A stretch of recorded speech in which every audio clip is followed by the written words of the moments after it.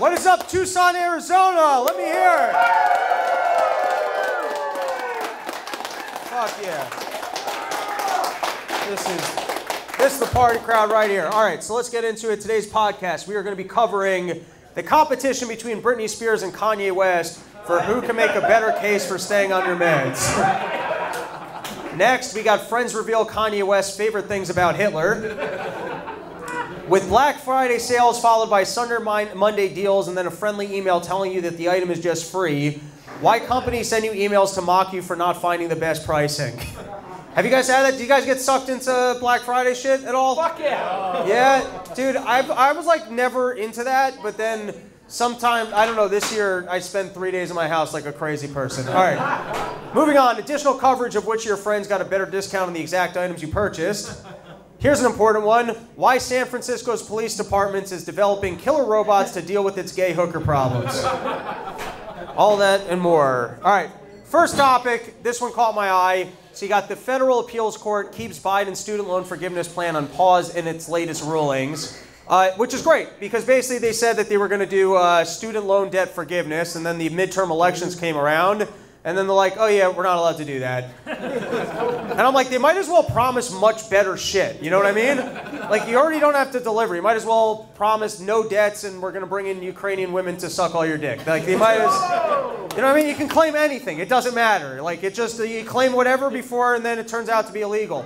Now, I'm against debt forgiveness because I don't have any. So let's not do that. Like, I feel like I do not want to be competing with the same people that outcompeted me 10 years ago for women and mortgages. Like, that's it. It's like, you guys had your moment. Like, at what point does being fiscally conservative suddenly become a trend? It's like, fuck these people. You enjoyed it. You went to summer camp. They gave you free money. I don't want to fucking hear about it. All right. Now, this is what's wild. It's wild, the conversation that was being had to do student loan forgiveness, and then it's wild why they unwound it.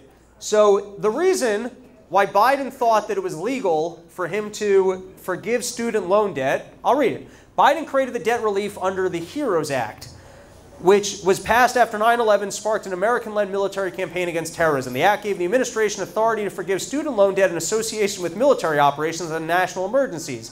Biden was able to invoke the law because he had already declared a national emergency for COVID-19. Yeah. The heroes that stayed home and watched Netflix. Remember last year when they were telling everyone, hey, if you just stay home and don't go to work, you're a hero? Well, Biden's standing by it. And he's using the authority that people that fought in wars could get their student loan forgiven, which, by the way, they passed that law because they were hoping you would die. That was what they were hoping.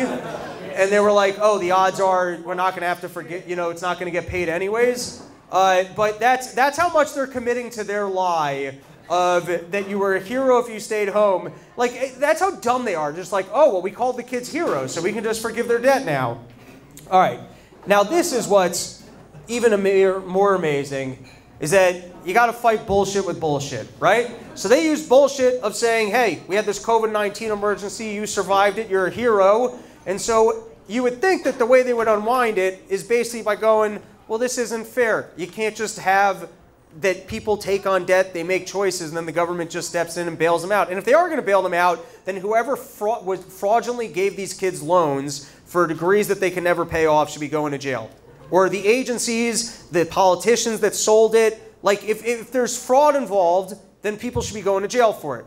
But you can't just have total forgiveness. So then they try and do the total forgiveness, and the reason why, at least thus far, it's not allowed to happen. I'll read it. One of the plaintiffs in the case has more than $17,000 in student loans but is ineligible for the program because her debt is commercially held according to court documents. Another plaintiff has more than $35,000 in federal student debts but is ineligible for the full relief because he did not receive a Pell Grant. The pair argued they were denied an opportunity to comment and offer input on the president's student loan forgiveness plan. They asserted the government violated a federal law that usually requires agencies to seek public comment. It is being overturned because people were denied their ability to comment. Isn't that a crazy, like, for all the reasons that you would unwind it and go, you can't just wave a wand and tell some people that they get to have more free money.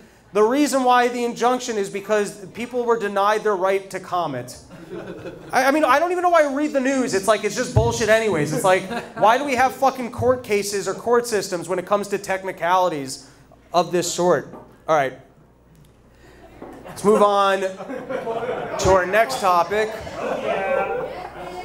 which is recent celebrity breakdowns. If you guys have not watched Britney Spears somehow find the most demonic angle in her house, like she's still kind of hot in a trashy way. Like she almost needs to work hard to be like, here, look, I'm a demon, but she does it. And I mean, we're getting walking proof that, you know, some people need handlers. That's what we're starting to learn.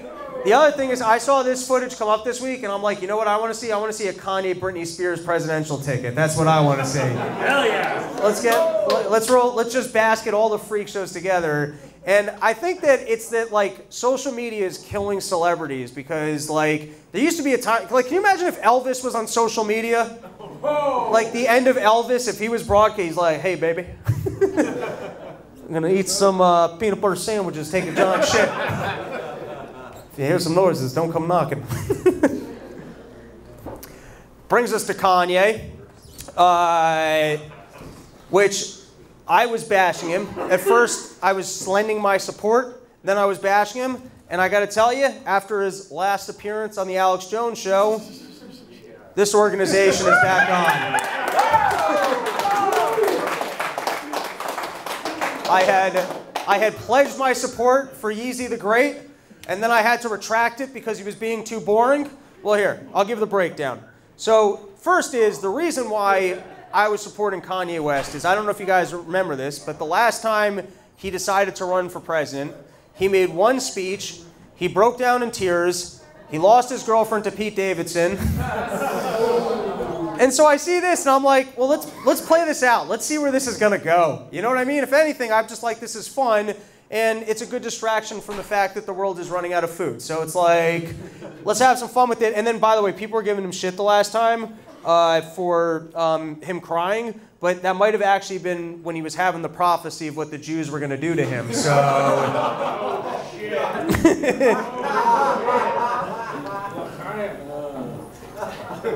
I had one other line here. All right, moving forward.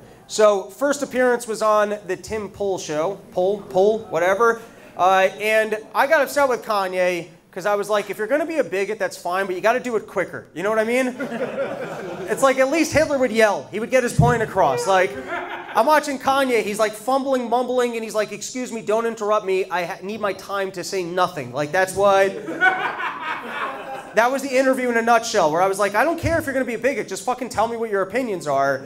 Now, this is what's so interesting to me, is that then he went on to Alex's Jones show, and he shows up, and he fully endorsed Hitler. That's what he did. He said, listen, I think the problem in our world is we're not giving enough credit to Hitler, we're not looking at all the good that he did, and to showcase how serious he was, he showed up like Spawn was doing motocross.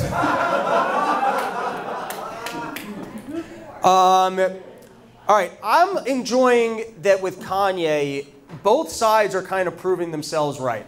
So, like, to me, I just don't like censorship in any capacity, especially at this point. Like, let the guy have fun.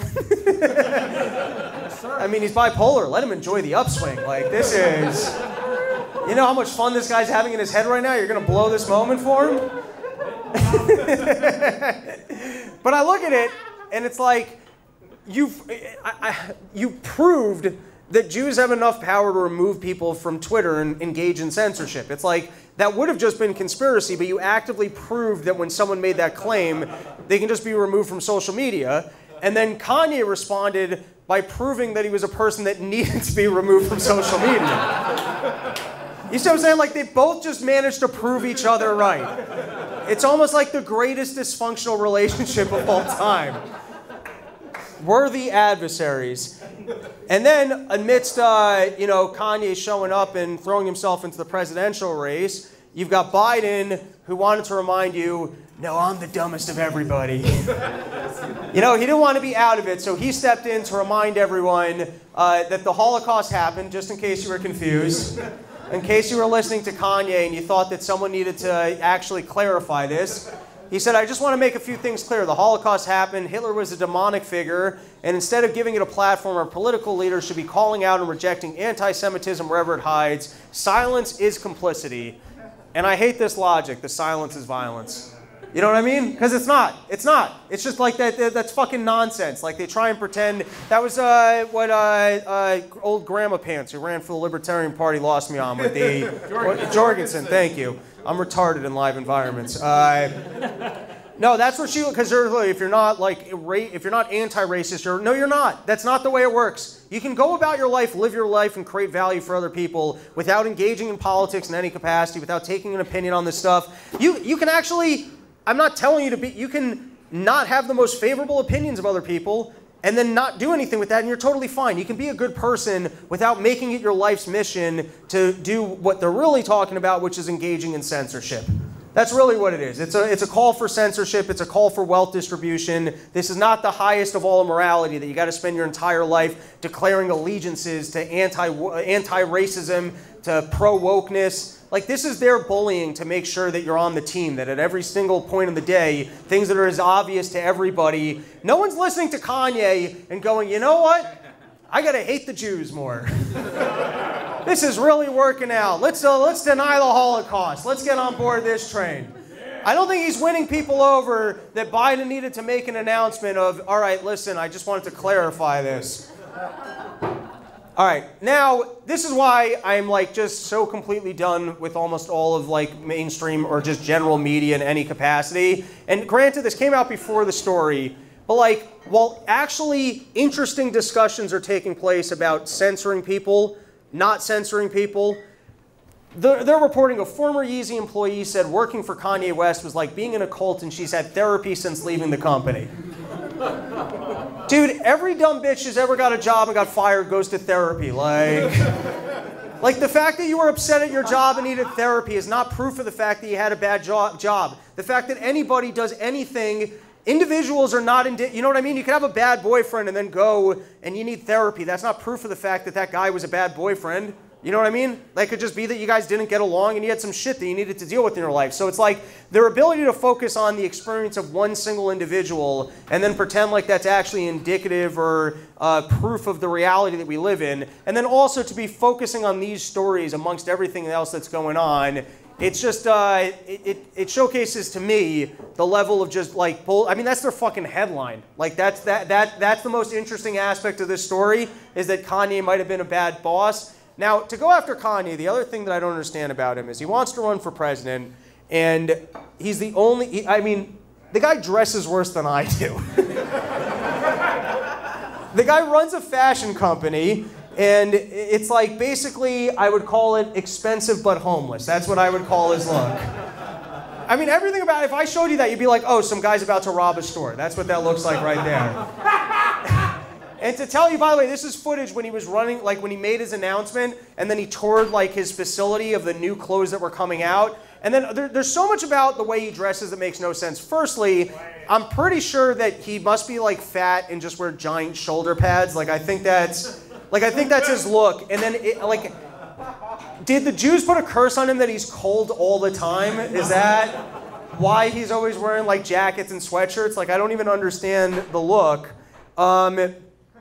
All right, so then I decided I wanted to do a little bit of research because, firstly, I understand wearing cheap clothing when it's not expensive. I don't understand this thing of the ultra expensive shitty clothing. That I don't get. You know, I'm a frugal man. If you told me, hey, I went to fucking Goodwill and this is what I'm wearing because it's comfortable, I'd be like, all right, cool, man. But if you told me, hey, I just dropped $500 on that sweatshirt, what are you doing? I literally don't, I just don't understand it. All right. So I decided I was going to watch one of his, I was like, I got to watch one of his fashion shows, right? And I would basically call this look monk that is also a late night janitor. It's like a guy who's like, I'm going to plunge this toilet with honor. It's functional, I don't know, it's a post-apocalyptic look of, here was some more from the fashion show. This guy is like, geez, Mom, fine, I'll dress like a bird. Or you got this lady who I think is trying to climb back into her mom's womb. I don't know. It's like, if you're going to spend your life being anorexic, why not really show it off? Take me to your leader. Which is why I'm launching my own company. It's called StupidDouchewear.com. And I just want to get the loudest and dumbest clothing, and I'll charge like $25,000 for one of these tracksuits. And people will be like, what is that? It'll be like, it was 25. It's just to show off how much fucking money you can spend at that point, right?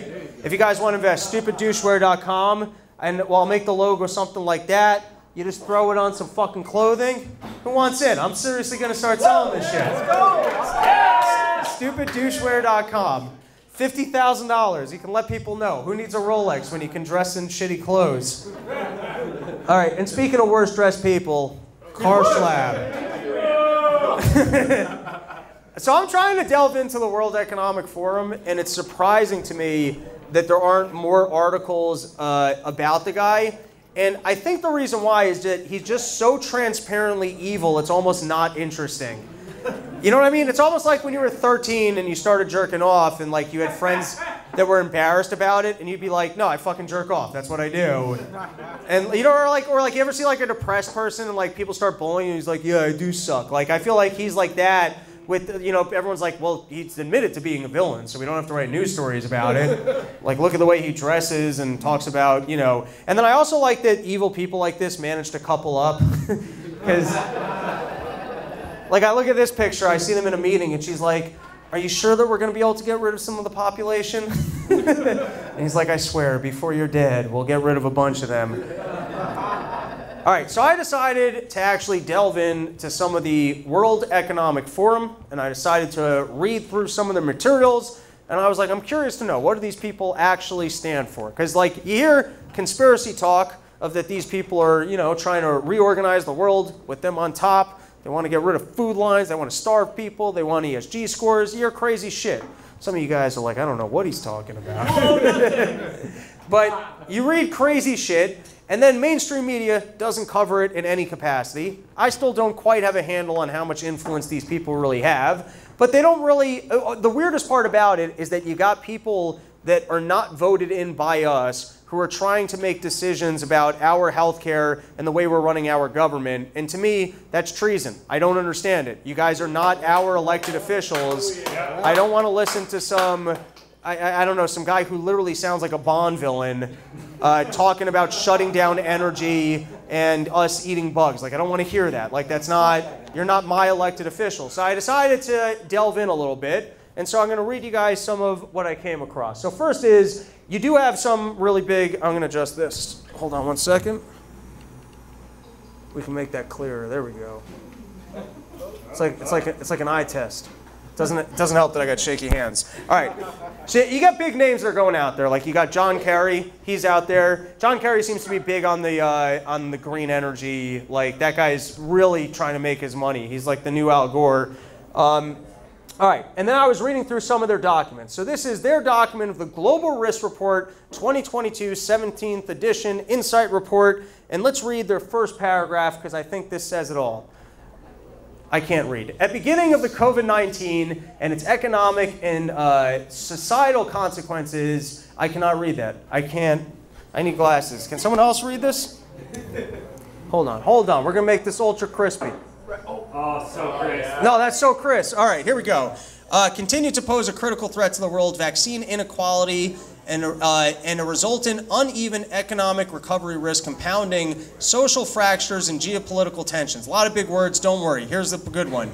In the poorest 52 countries, home to 20% of the world's people, only 6% of the population had been vaccinated at the time of writing. That's the problem, is that we didn't vaccinate enough of the poor. The people that are dealing with less COVID because they haven't been vaccinated.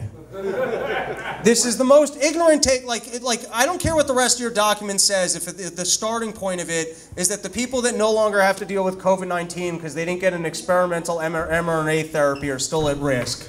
Like, what science is backing this claim? Literally none of it. And this is the start of, hey, you guys got to put us all in charge to deal with the world, because if not, more people are going to end up without the, the new technology that is giving women heavier periods. What was that? Where's their trash mouth? What does that mean, trash mouth? Oh, the Paxlovid. Yeah. You see, I understood that.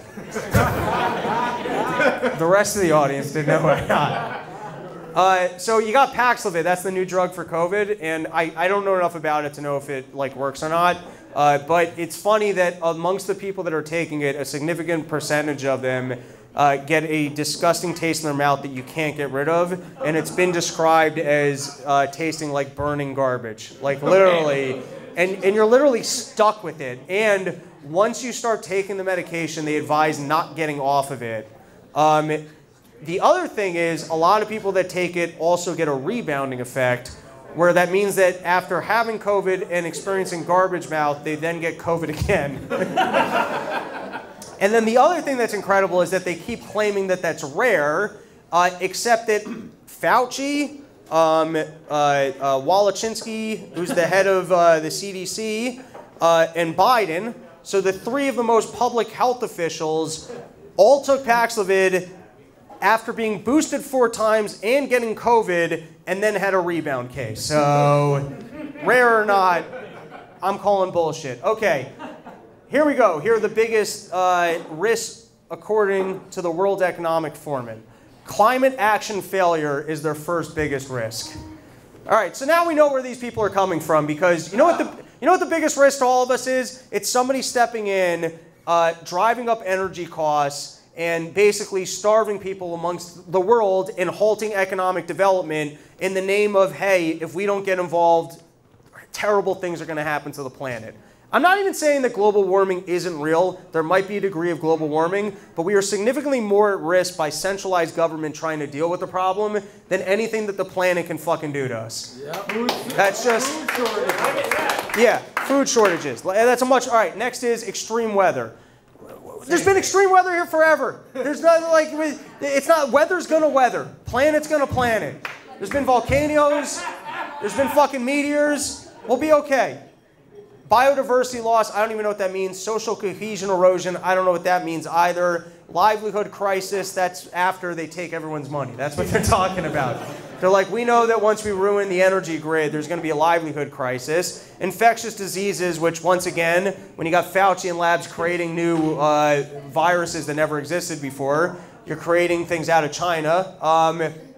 Debt crisis, all right, you guys get it. So their biggest focus is climate action failure.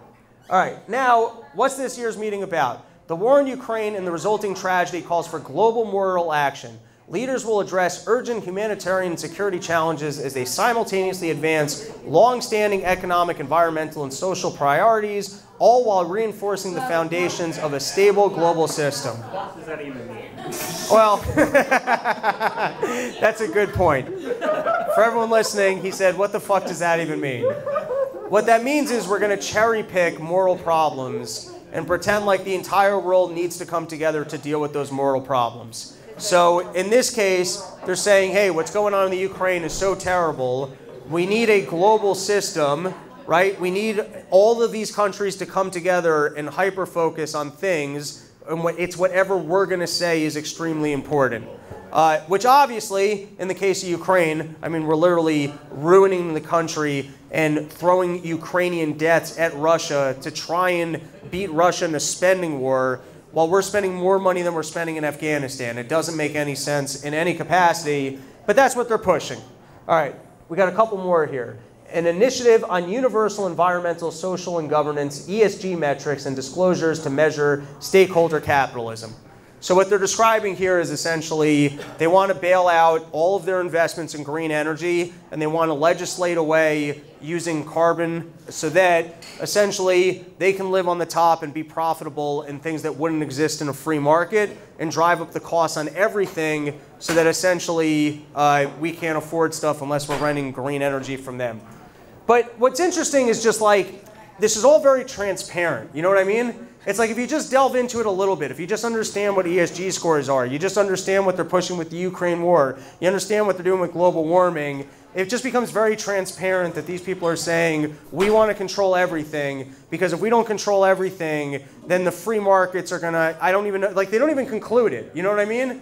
They just like, they want to create this reality where it's like if they aren't on top controlling all the resources, we're all doomed to die. That's basically, and it's not true, but that's what they're going for. Now, this one's wild. Accelerating the reskilling revolution. With labor markets in flux from the fallout of the pandemic, technological shifts in the green transition. You notice how they're labeling it? The green transit, you mean the thing that you guys have planned? This is them literally letting us know that they will be putting people out of work. They're saying we're going to have a green transition and up to 1 billion people will need reskilling. There's 1 billion people that they plan on putting out of work, and then I guess, I don't know, they'll have them dig ditches and get a check for fun. I don't even know. Yeah. All right, a couple more things to unlocking carbon markets. That's averting a global food crisis. Wait, so we are going to have a global food crisis? Biden called the thing that nobody's talking about, like, so this is actually a real risk? Here we go. This is from their document. The world may be facing the world's worst food crisis in decades, driven by the compounding effects of COVID-19, climate change, and conflicts such as war in the Ukraine. All right, now firstly, the compound effects of COVID-19, they're talking about them fucking up the supply line by shutting shit down, right? And then the conflicts of the war in Ukraine, well, maybe you shouldn't have picked a fight with Putin if we didn't have enough food for everybody. You know what I mean? You guys, it almost sounds like you guys are trying to do this so that there will be a food crisis. Like, you're telling me that the actions that you've taken might lead to a food crisis. That's basically what you're describing here. All right, let's continue. In Ukraine, I don't know that word, already skyrocketing food and energy prices and severe hunger. What global priorities and businesses' actions are imperative to mitigate these global shocks and address the interrelated risks threatening food systems everywhere? This session was developed, and now this is great, in partnership with CNN. Wait, so you're telling me CNN knows about the food crisis? Because I haven't seen any footage on CNN about us running out of food because of COVID-19. I haven't heard them talking about how we're going to run out of food because of the Ukraine war that we've started. You know what I mean? So it seems like, what are you guys in the know about that you're not actually reporting to the rest of us? All right, let's move on. Next topic is the Twitter files. You guys see that drop yesterday? Well, first it was convenient that they dropped that on Twitter, which is also the most annoying place to read that kind of shit. It's like, can't you just put this one out as a news article or a blog post? This is fucking annoying. All right, and then I personally find Matt Taibbi annoying to read. You guys find him annoying to read? Yes. Yeah, I just like, it's this whole thing going back. Get to the point. Get to the fucking point. And I don't need your dumb examples of like the vampires sucking the whatever. Just make your fucking point. You're making bald people look bad. All right, now I read through the whole thing, and it was interesting to me that people even made such a stink out of it, because to me it was all blatantly obvious. Like, we even had Jen Psaki saying in a hearing once that we do coordinate with social media companies about information on their platform. So we already knew this to be true. We knew that the Hunter Biden thing was obviously, I mean, we know that they took the New York Post off. We know that it was censored. I guess the only thing that's a little bit interesting here is that it confirms the fact that government was actually emailing them, and then they would just go, okay, we'll take things down. Now, you would hope that that would be a second, a freedom of speech, like, red line, where you're like, the government's not allowed to do that, right? They're not allowed to censor us. The problem is, I'm just telling you guys, they're going to go, we never told them they had to. We were saying that we thought that this was dangerous, and we were hoping that they would share our perspective of this being dangerous, and that's why it was removed from the platform. We live in a world where it's like they're very good at creating gray areas of under what exact, like who exactly is telling me that I have to do this. They're very good at threat and intimidation, and it's very difficult to like. It takes you so much time and money to beat the government at that game for them to just go, oh, I guess we didn't have the authority.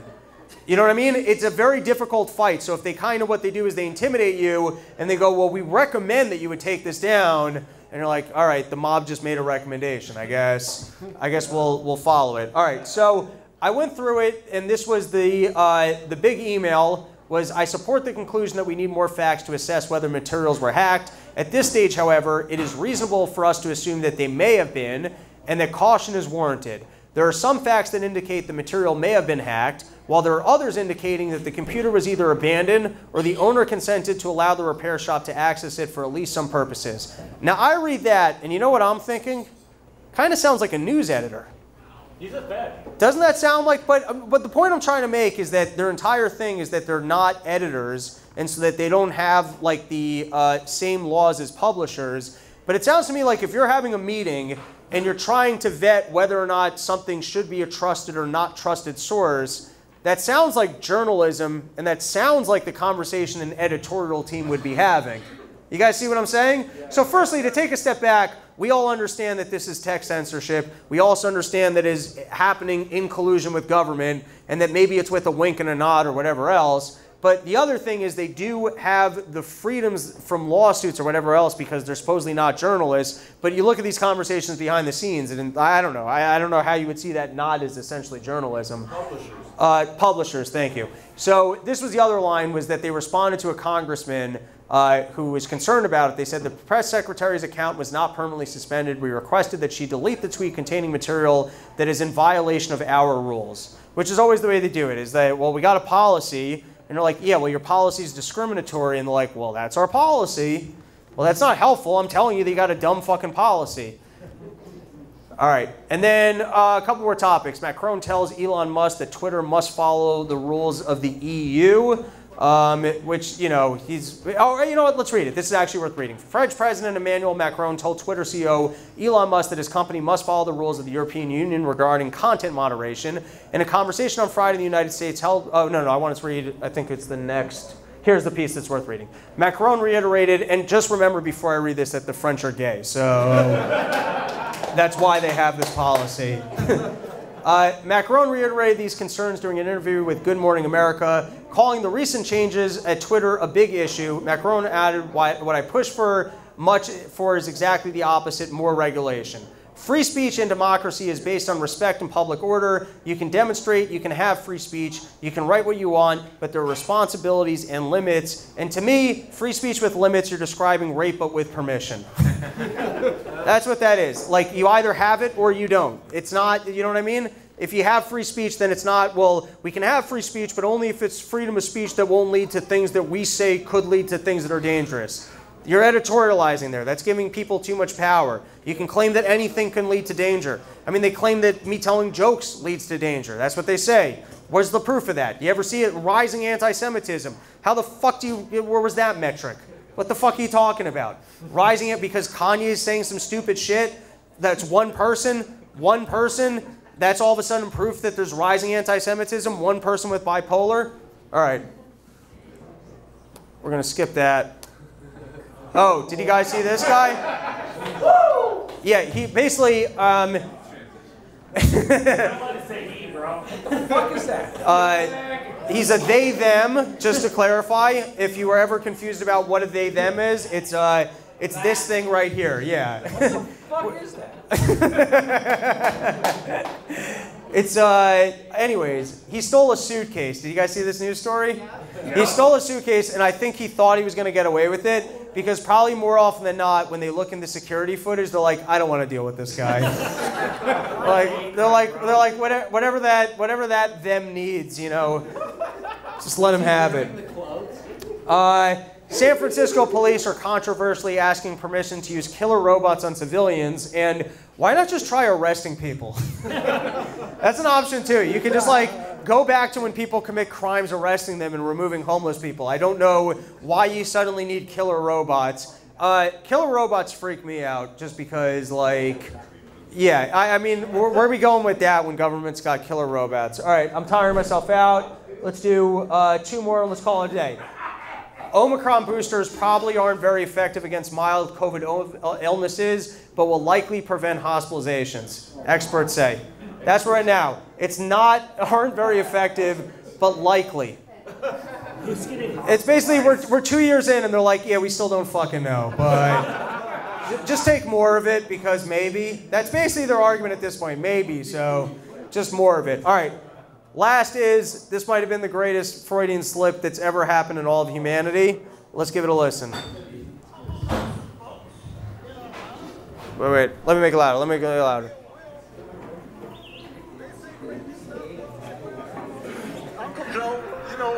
to him. You know, it's okay.